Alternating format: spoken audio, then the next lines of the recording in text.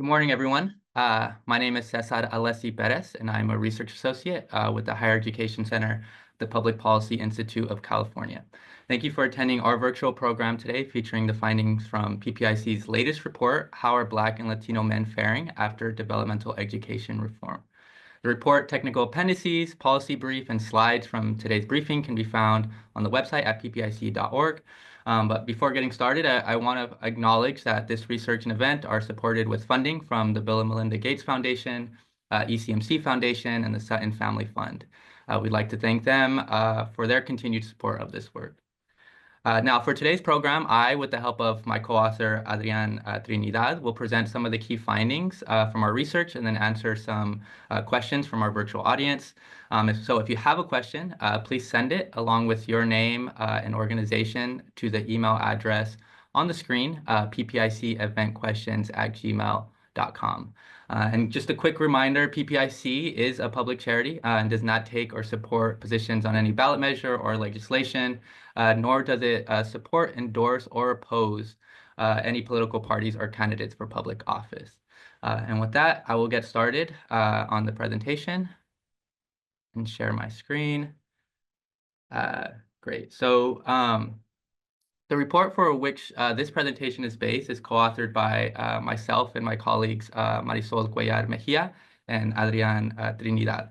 My co-authors and I would like to send a special thank you to our California Community College System partners. This research would not be possible without the student-level data provided by the Chancellor's Office. So now I'd just like to start first by providing some context for this report. Many of you are likely engaged or familiar with this growing conversation around trends in the educational and economic outcomes among men in our country and state, especially among men of color. In this chart where we show the share of California adults ages 22 to 27 that have at least a bachelor's degree, we see that overall and within racial and ethnic groups, men, shown on the left-hand side, have lower educational attainment than women. And while racial gaps are stark, by far the groups with the lowest educational attainment are Latino and Black men. Now, for one, this is concerning for our economy, as a growing share of California's future labor force will come from these groups. But it's also concerning for the boys and young men in our state, given what we know about the economic benefits of a bachelor's degree, its ability to widen opportunity and promote economic mobility. So for us, disaggregating college outcomes across racial, ethnic, and gender lines is important, especially as we attempt to understand the effects of policies aimed at narrowing inequities in access to a college degree. And so one such statewide policy is developmental education reform through AB 705, which was implemented in fall 2019. And this has the potential to significantly impact the educational trajectories of Latino and Black men, precisely because it attempts to remove a longstanding barrier to college completion and transfer, specifically access to and successful completion of introductory transfer-level math and English courses. So historically, most students were unable to progress through lengthy remedial course sequences, in turn playing an important role in keeping transfer rates low for all students, but especially students of color. And this obstacle affected Latino and Black students, especially men, disproportionately. One, because they were more likely to be placed in remedial courses, and also just more generally, these groups are more likely to rely on community colleges as a primary access point to higher education, and on the transfer pathway to earn a bachelor's degree. Promisingly, as we have shown in our past work, the implementation of AB 705 has dramatically transformed access to these introductory transfer-level courses. However, what is still unknown is whether men of color have benefited equitably from this important transformation, and whether it has significantly altered their educational trajectory. So those are really the questions that we attempt to answer in this report, with a specific focus on math, which has historically proven to be a larger obstacle for students. So the first thing we look at is whether access to introductory coursework is equitable among first-time math takers or community college students who are attempting a credit math course for the first time. And so in this chart, we show the share of such students who start directly in transfer-level courses over time by race, ethnicity, and gender. And what we find is that while pre-AB 705 or pre-2019, access to transfer level was relatively low and there were large equity gaps. Access is now, as of fall 2023, universal, and racial, ethnic, and gender gaps have been essentially eliminated as all first-time math students now start in the transfer level course. Now, the the next outcome to consider is how these students are doing once they access and enroll into the trans-level math course. So in this chart, we now show the share of first-time math students who are successfully completing a trans-level course in one term, also known as a one-term throughput rate. The first thing to notice is that for all groups, one-term throughput has increased significantly, with a particularly big jump in 2019 and a steady rise through the fall 2023 term. Among Latino and Black men specifically, the red and light blue solid lines, this rate has tripled since 2018. On the other hand, more work is needed to raise completion overall. So first thing we can see is if we look at just the 2023 rates, there are still many students among all groups that are not completing the course in one term. Second, if we compare the dotted lines representing females and the solid lines representing males, we see that within racial and ethnic groups, men now have lower completion rates than their female counterparts, which was not the case in 2015. And lastly, racial and ethnic gaps. The difference between the purple, yellow, red, and blue lines remain large, as more than half of all Black and Latino students still do not complete the course in one term. And so what explains these outcomes? So first, focusing on just the gender gaps for now, one thing we do is examine whether male and female students differ in terms of the math pathways they initially choose. So in our report, we show that compared to females, male first-time math students across all racial and ethnic groups are significantly more likely to start in a B-STEM pathway with the course on the business, science, technology, engineering, and math sequences that typically leads to calculus, as opposed to a SLAM pathway, which includes statistics and liberal arts math courses, and tends to have shorter sequences and are applicable to a wider range of majors. At the same time, within gender groups, there is a racial ethnic disparity in the types of B-STEM courses Black and Latino first-time math students enroll in compared to their Asian and white peers. So in our report, we show that a majority of Latino and Black men start lower in the B-STEM sequence, notably in college algebra or trigonometry, while a majority of white and Asian men start directly in pre-calculus or calculus and thus higher up in the B-STEM math course sequence. And this matters because for all students, one-term completion rates are significantly lower in trigonometry and college algebra compared to other B-STEM courses. And other work, notably from the RP group, shows that students who start directly in pre-calc or calculus are more likely to eventually pass a calculus course. And so what does this mean for Black and Latino men?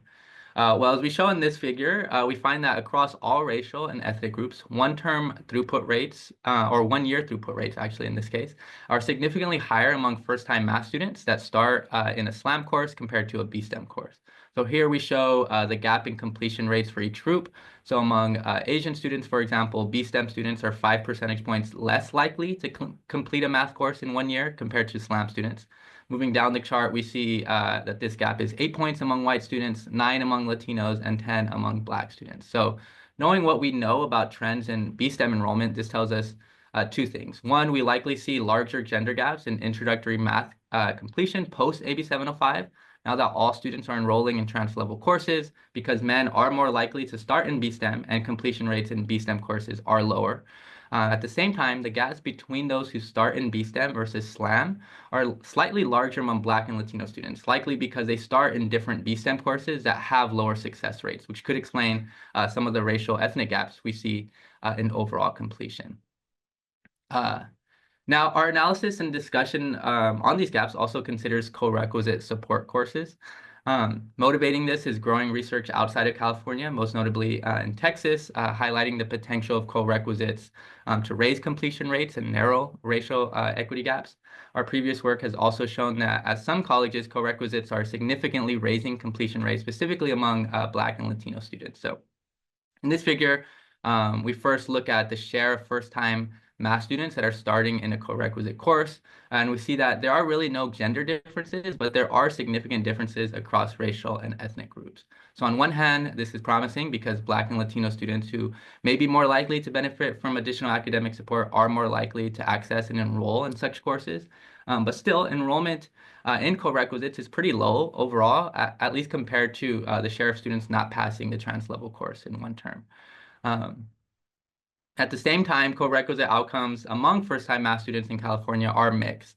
So in this chart, we show one-term throughput rates among first-time math students in fall 2023 by race, ethnicity, gender, and also by course type. So separating co-requisite courses and standalone courses which do not have the additional academic support. So first, focusing on the left side of the figure, comparing co-requisite versus standalone outcomes among men, we see that for all racial and ethnic groups, co-requisite courses have lower completion rates. On the right side of the figure, we see similar results among women. But overall, what we find is that Latino and Black students, and men in particular, have the lowest completion rates regardless of what type of course they start in, and the gaps between groups are large regardless of course type. And so what this tells us is that the potential of co-requisites to narrow equity gaps has yet to be realized, at least in California, likely necessitating more work researching and standardizing effective co-requisite course designs across the entire system. So putting this all together, what are the implications of these outcomes in introductory coursework on the longer-term trajectories of Black and Latino men in community college? Well, if one of our goals is to increase the share of students transferring to four-year institutions, then despite persistent racial, ethnic, and gender gaps, significant increases in the share of students directly enrolling and completing these key introductory courses should lead to an increase in transfers. And so the rest of our report focuses on these longer-term outcomes and how disparities in persistence specifically can affect these equity gaps.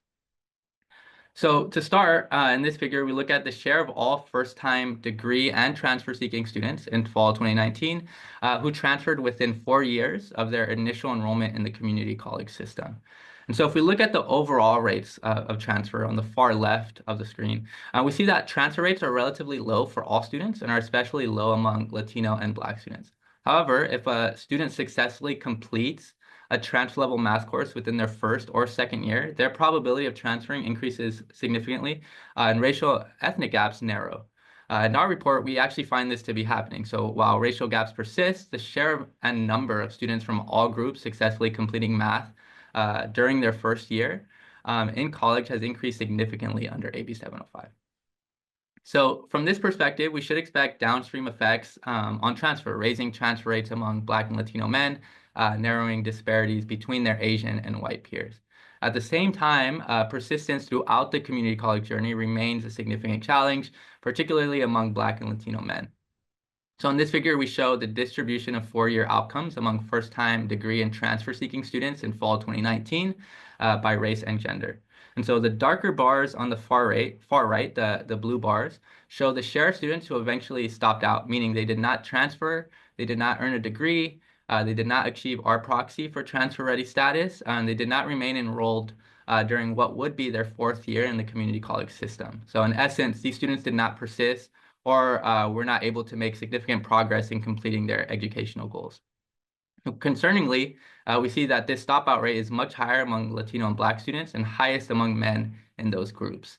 And a deeper dive shows that among all students who were no longer enrolled in college after 4 years, most left the system after just their first year. So more work is needed to support and meet the broader needs of students who stop out within and outside of the introductory math courses and with a specific focus on men of color. Now, alternatively, if we focus, as we do in this figure, only on students who complete an introductory transfer-level math course in their first year in community college, we see these distributions shift dramatically. And this is what's promising about AB 705. As I mentioned earlier, despite persistent equity gaps, more Black and Latino students and men are completing transfer-level math courses under the new system, and they're completing them early. And among those that complete in their first year, four-year transfer rates increase significantly for all groups, and importantly, stopout rates and racial and gender equity gaps in stopout rates decline dramatically. So for example, compared to an overall stopout rate of 59% and 66% among all first-time Latino and Black male students that we saw in the previous slide, among those that complete math in their first year, only 26% and 30% stop out within 4 years. So there's some promise here, but in order to truly narrow racial, ethnic, and gender gaps in longer-term outcomes, we will need to see more Black and Latino students and men in particular in this group completing transfer-level math early in their community college career. And that brings me to just some final thoughts on our main report findings. First, it's important to appreciate the dramatic transformation brought on by AB 705. All students are now starting in transfer-level coursework in math, meaning racial, ethnic, and gender gaps and access have been essentially eliminated as of last fall. Furthermore, one-term completion or throughput rates have significantly increased for all groups, so more students, including Black and Latino men, are achieving this critical milestone for transfer. At the same time, large equity gaps, primarily across racial and ethnic groups, persist in course completion. Accordingly, the focus of state and college level policy must shift from access toward improving completion in introductory level coursework, including evaluating, adopting, and scaling evidence-based strategies and practices that narrow racial and gender equity gaps. Efforts should also be focused on addressing the needs of Black and Latino men throughout the transfer pathway in order to reduce disparities and stopout rates. On this note, improving short and long-term outcomes among Black and Latino students, and men specifically, will require more research to understand, one, how more recent reforms brought on by additional legislation in AB 1705 might impact BSTEM pathways, specifically success rates in introductory coursework. Second, what and where co-requisite designs and other academic supports are working and eliminating equity gaps at certain colleges, and how best practices in professional development can be scaled and offered across the system. And lastly, to understand why men of color continue to have higher stopout rates, what is preventing progress along the transfer pathway, and what work do we need to do to better address their needs. Promisingly, with the help of our co-author, Adrian Trinidad, we've been able to identify the foundational research and practices that are already leading the way and informing next steps on how to better support Black and Latino students, and men in particular. And luckily, as I mentioned at the beginning, we have him here to discuss that work. But before transitioning to that discussion, I'll first end the presentation portion of the program with a reminder that if you do have a question about this report or our research on AB 705, please send an email along with your name and organization to the address on the screen, ppiceventquestions@gmail.com. And with that, I will stop sharing and transition to our discussion and welcome Adrian, an expert community college researcher and practitioner in this space to talk about current efforts to support men of color and next steps to consider in policy and practice. Welcome, Adrian. Thank you, Cesar. Thank you for having me. Of course. Well, thank you for joining us. So to begin, in concluding the presentation, I ended with the fact that while more work and research is needed, next steps to better support Black and Latino men should be informed by the foundational work that has already started in this space. So can you shed some light on what we know and what's been done so far? Yes, absolutely. And Cesar, great job on that presentation, highlighting all the ways and progress in developmental education reform. I think I would start first at the sort of touch on a few things in terms of factors that have mattered for students' educational trajectory, specifically community college students and men of color, more specifically, and thinking about the individual experience of a student. People tend to do better when they are surrounded by people that look like themselves in school and also and beyond in the workplace. And we know that people tend to be much more creative and engaged when they are at places where they can be themselves. And that's been one of the in the past decade, a lot of attention and work has been put forth to really highlight at the campus level inequitable hiring practices that have happened in the community college system. That is primarily a system that is Latinx serving in terms of access. Most of the students in the community college system in California are Latinx students, but the system is primarily, in terms of instruction, primarily white faculty. So that's been really important and highlighted throughout the years, and most recently in the past 5 years. At the societal level, I think I could think about racism and all the various isms that can exist in our society. We all have implicit biases, and we do a terrible job of talking about them. And we can't really sort of wish away a problem, without acknowledging and talking about it. And that's why I think that a lot of the work that practitioners have done at the college level, I could think of Umoja programs, they're proven to be, very effective. We know that cohort-based, high-touch programming works really well. It also helps to have counselors that look like you, that can make you feel like you belong on campus. And at many campuses, counselors tend to be shorter in number and not able to provide enough support, especially for some of these programs like Umoja and also Puente. Puente for 40 years has been trying to, empower students to think about transfer, to explore their cultural identities through reading and writing, and really equipping them with tools to understand how to navigate college. And that work is critical. All the tailored tutoring, the counselor support, college prep courses, all of that. So those are a few things that I think I would highlight as like, where we are and how we've gotten to this point. Yeah, that makes a lot of sense, and definitely said a lot of things that I think resonate, obviously, with me and maybe both of us as previous young male students of color in college ourselves. So, coming full circle, you're now doing a lot of great work in this space, and with your help, our team brought many of the key leaders in this space through 2 virtual convenings as part of our research on this project to learn more about this work. So can you collaborate on what these convenings were and what types of insights we were hoping to uncover? Yes, of course. And I should maybe also say, I've done a lot of community college work, partnering with a lot of folks in California and nationwide through my work at the Race and Equity Center, evaluations with organizations like Colegas, the Coalition. I'm a past community college student myself, and I was also a person that took a developmental course. And so when we were thinking of bringing on leaders and experts in the field that support men of color programs, we really looked after all the programs that are leading this work. So we organized 2 convenings, one in June and August, and the group, was a really amazing group of experts, ranging from college presidents, directors, deans, counselors, faculty, and also university researchers. All of them who have a lot of work and experience supporting men of color, either directly leading them, researching and studying them, or trying to advocate through policy on how to change the way that we support men of color. And what we sought to do through these convenings was really to highlight what are the challenges, what are the opportunities to support and increase degree attainment and transfer rates among community college students, specifically men of color.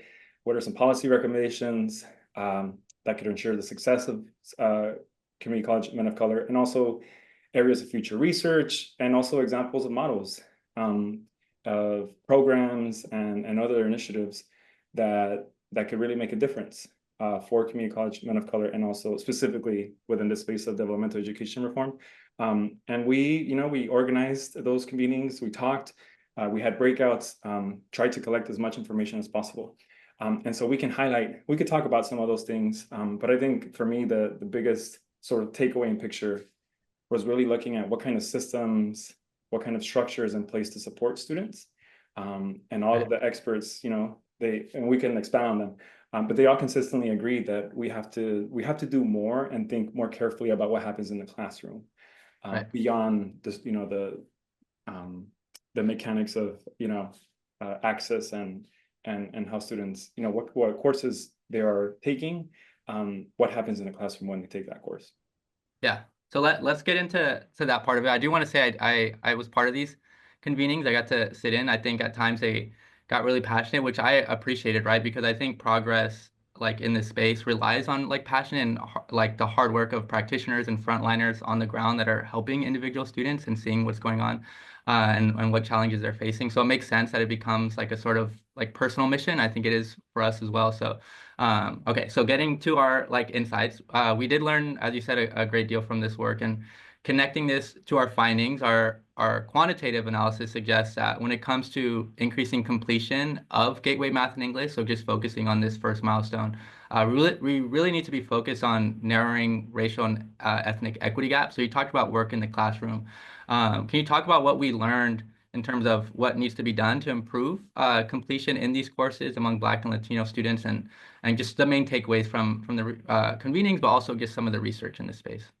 Yes, definitely. I think, I think this report, the research, I think it highlights, again, that I think what happens in the classroom matters a lot. If students are put to the task and they're supported through that process, they can do well, they can succeed. And I think this research and other studies on developmental education reform, I think they shift the focus to what happens in the classroom. One of the ones that repeatedly came up was thinking about the course instructors.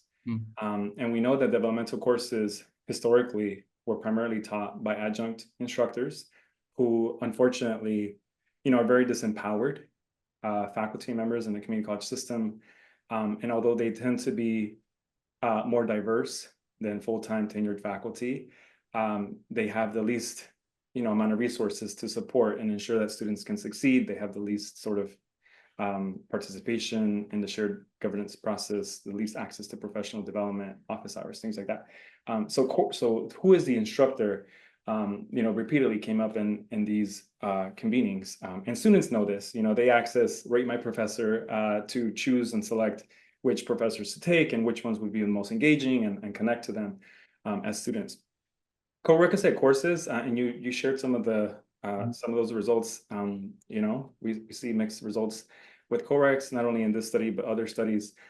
But I think what it did raise for me is again the question of what happens in these courses and the variability that can take place. I did a study on developmental education reform, and in that study, the faculty members will tell me that there was just a wide variety of how people deliver these co-requisite courses. Right. In some classes, students might, the faculty member might spend more time lecturing or allowing for homework time, which isn't allowed. And then in other co-requisite courses, you might highly contextualize learning experiences and activities that are, really engaging and help people think of statistics in a different way, in a very nuanced and contextualized way. So that matters a lot. But it also takes, it takes time for people to develop and adapt their teaching practices. I think also learning communities, again, it kept coming up that people learn well when they're in a community.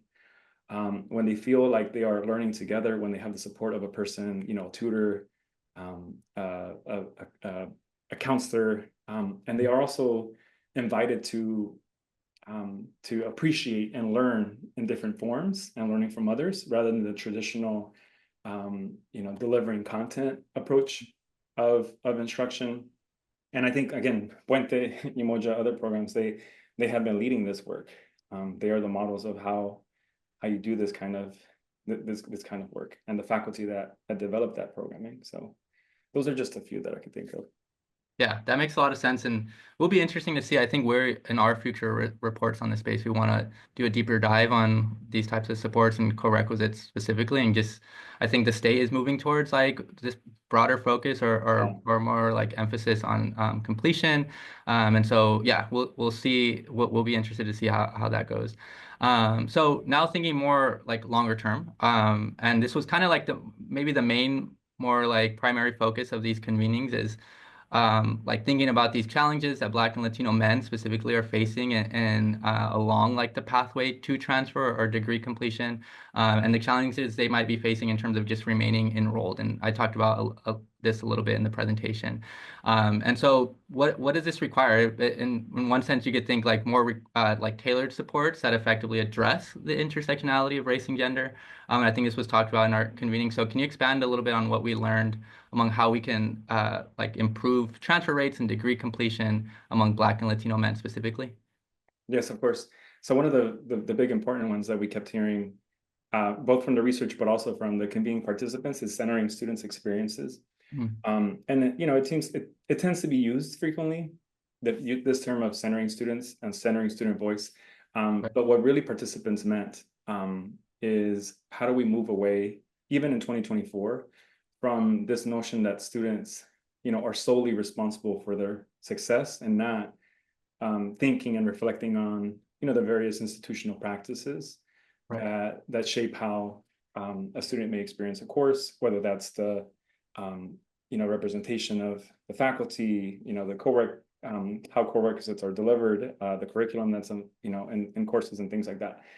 So repeatedly, we kept hearing that of centering students' experiences and taking institutional accountability for all the things that could lead to students not being able to get through these courses.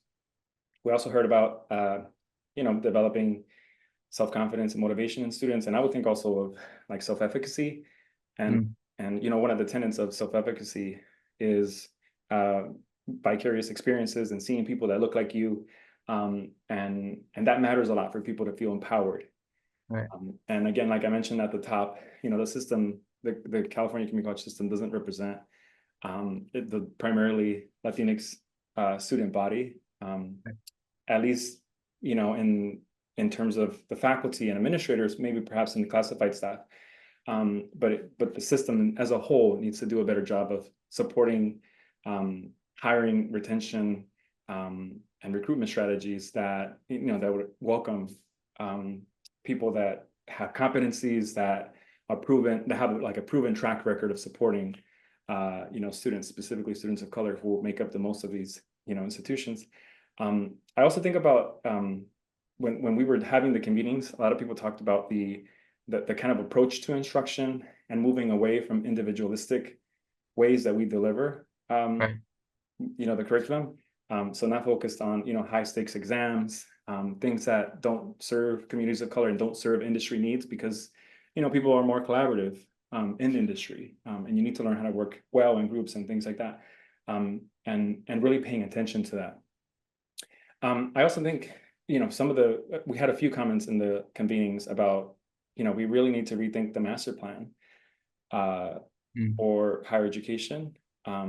And at the very least, how it was being described in these convenings is that if we really want equitable pathways for transfer, the current system doesn't have space for everyone, and that's by design. So there needs to be some discussion of what it could look like to have a transfer pathway that works.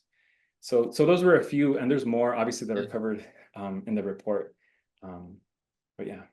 Yeah, thank you for that. That's a great summary.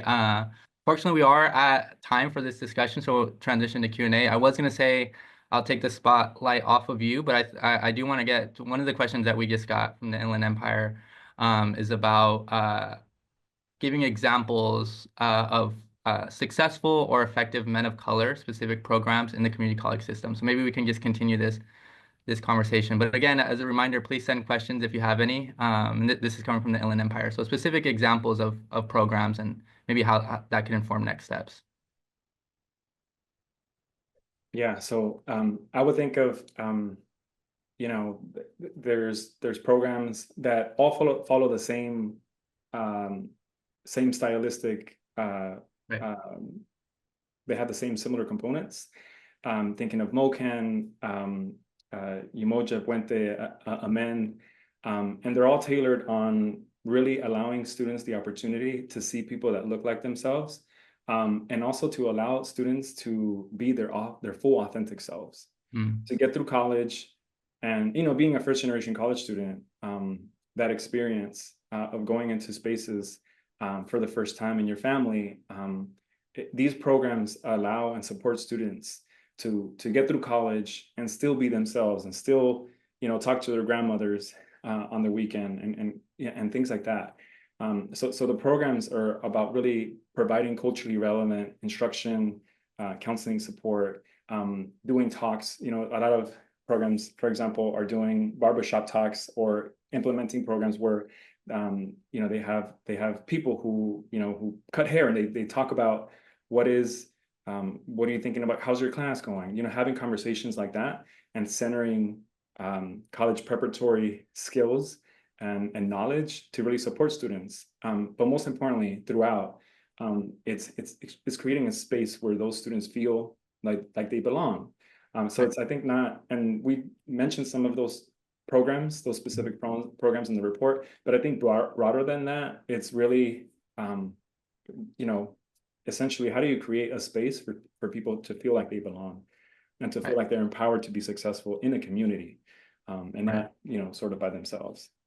Yeah, that makes a lot of sense. Yeah, I think we saw a lot of like the mentorship type of programs, and from our like college scan, we saw some that were like not just within the college of like college students with like faculty or other students, but also like going down to like the high school and middle school level, and setting up mentorship programs that way, which is really great. So definitely things to consider, and I think like great programs, model programs in this space.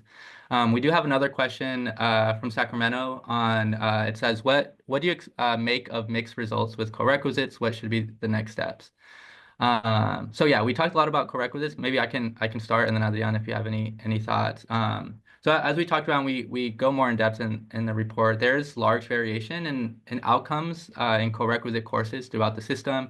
And we've shown like in past reports, some colleges are seeing success and higher like completion rates among co-requisite students, and then other colleges are kind of seeing the opposite, and they're seeing low success rates. And we've also actually looked at like equity gaps and how they might be changing within colleges, especially colleges that are like emphasizing co-requisites, those that aren't. And again, we kind of see something similar where like at some colleges, co-requisites seem to be narrowing equity gaps and others they don't. And so that's like the first thing, like setting the stage for this conversation. And we know from like our previous work and like interviews that we've done, and you talked about this, Adrian, the way co-requisites are like implemented, designed, and targeted varies widely across the system. So two students that are taking like the same course at different colleges, or maybe even in the same college but with different instructors, they might have like vastly different experiences with the course in terms of the support, pedagogy, like instructional practices, instructional time that they're receiving or experiencing. So because of this variation, like it's hard to determine whether co-requisites are actually helping or not more broadly, because in reality context matters. And the more precise question I think is like what types of co-requisite designs are effective for whom, and then where are they actually being currently implemented. So there's a lot more work that I think needs to be done to understand, like among colleges, within courses, with instructors, seeing success with co-requisites, like what's happening within the classroom, how are students like receiving support, why is this like strategy working. Then we could talk about how we might like scale these effective designs and what is needed to do that. And that includes resources, training, more like in-classroom support. But I think we first need to figure out like what works and what doesn't, so that we can scale what works. Adrian, any thoughts on that? No, yeah. I mean, I would just echo what you're sharing. We do have a few minutes left, and I see maybe one more question.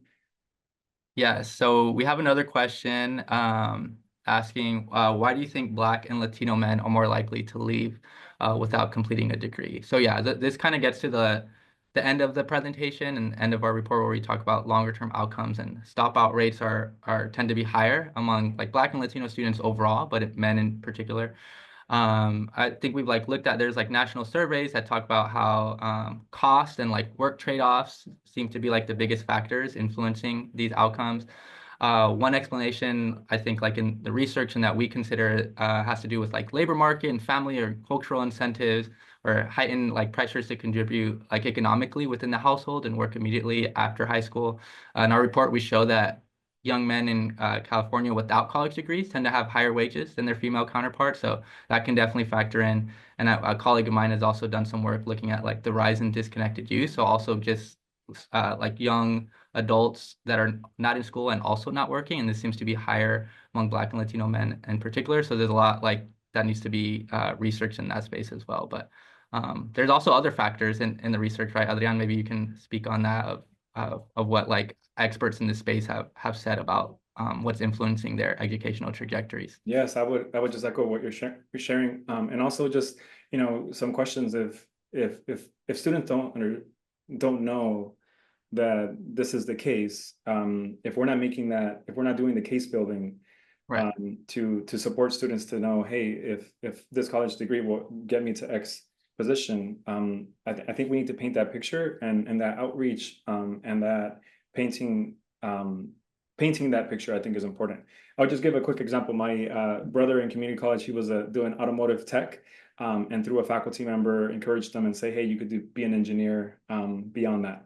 And now he's working with robots, and his whole experience from community college to a four-year university to industry, he was empowered and supported and thought about the different possibilities. So it's not just what are the labor market returns on a degree, or a specific certificate, but how can a person who's going to work in welding potentially later be the manager of said company, or have other skills to develop, and lead in that space, or go on and do something else. Right. And so that, I think I would think about things like that for sure. Yep. That makes a lot of sense. We are running out of time. We have one last question. I think maybe we can just like say one thing about this, because I think it's an important question, from Ana Gonzalez Cifuentes. Any tips on encouraging adults who have been out of school to get back into it? I think you kind of like touched upon this. We did hear a lot about like like infusing like work-based like learning into the curriculum and making things like like we can't place the blame on the students, right? It's like, what can our colleges do? How can we like offer supports and offer courses that they're interested in, and that are relevant for their careers and their futures? Anything on that, Lydia? Yeah, I would think about non-credit programs. So programs that, students have sought after COVID, people, especially older students, they've gone back to community college and they've accessed some of these non-credit courses that, to build community, to develop more skills for the workforce, things like that. ESL programs, there's a lot of non-credit programs that can serve as a pathway to credit and later transfer and degree attainment in community college. So that's where I would say and a lot of colleges are expanding their non-credit programs and trying to be strategic about that, because there is a high need of, particular older adults that are hoping to get more skills training and things like that. Right. Yeah. Well, we're at time, exactly at time. I think that went well. Thank you, Adrian, for joining me today's event and for all your work on this project. Again, I'd like to thank the Bill and Melinda Gates Foundation, ECMC Foundation, and the Sutton Family Fund for their support of today's program. And thanks to you all for joining us online and providing questions. We would appreciate you taking a moment to give us your feedback on this event. So if you pre-registered for this event, you'll receive an email with a link to a short survey. You can also scan the QR code on the screen right now. And again, finally, and also there'll be a recording of today's event that will be available on the PPIC website or on our YouTube channel. So you can watch it again or share it with your colleagues, and feel free to email us with any questions or comments that you have. Thank you again, and have a great rest of your day.